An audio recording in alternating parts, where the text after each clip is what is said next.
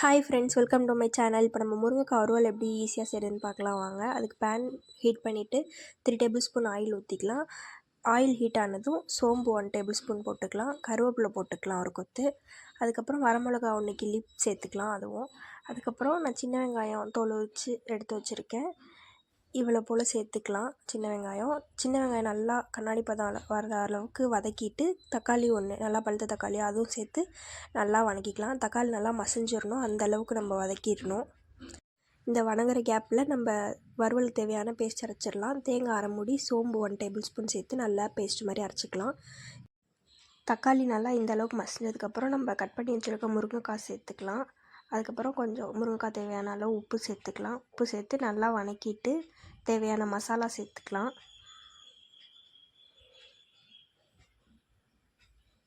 பெருங்காயத்தூள் கொஞ்சமாக, மஞ்சத்தூள் 1/4 டேபிள் ஸ்பூன், மிளகாத்தூள் 1/2 டேபிள் ஸ்பூன், மல்லித்தூள் 1/2 டேபிள் ஸ்பூன் சேர்த்துக்கலாம்.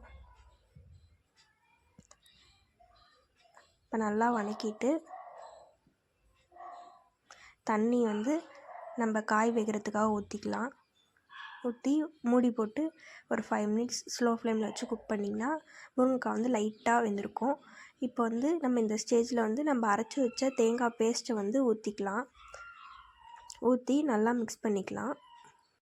இப்போ நம்ம மிக்ஸ் பண்ணிவிட்டு ஒரு மூடி போட்டு சிம்மில் வச்சு அடுப்பை ஒரு 10 மினிட்ஸ் நல்லா கொதிக்க விட்டிங்கன்னா நம்ம ஊற்றின தண்ணியெல்லாம் சுண்டி நம்ம ஊற்றின எண்ணெயும் நல்லா பிரிஞ்சு வரும். அதுதான் ஸ்டேஜ். அப்போ நீங்கள் அடுப்பை ஆஃப் பண்ணிவிட்டு சுட சுட சாப்பாடில் போட்டு நீங்கள் சர்வ் பண்ணலாம்.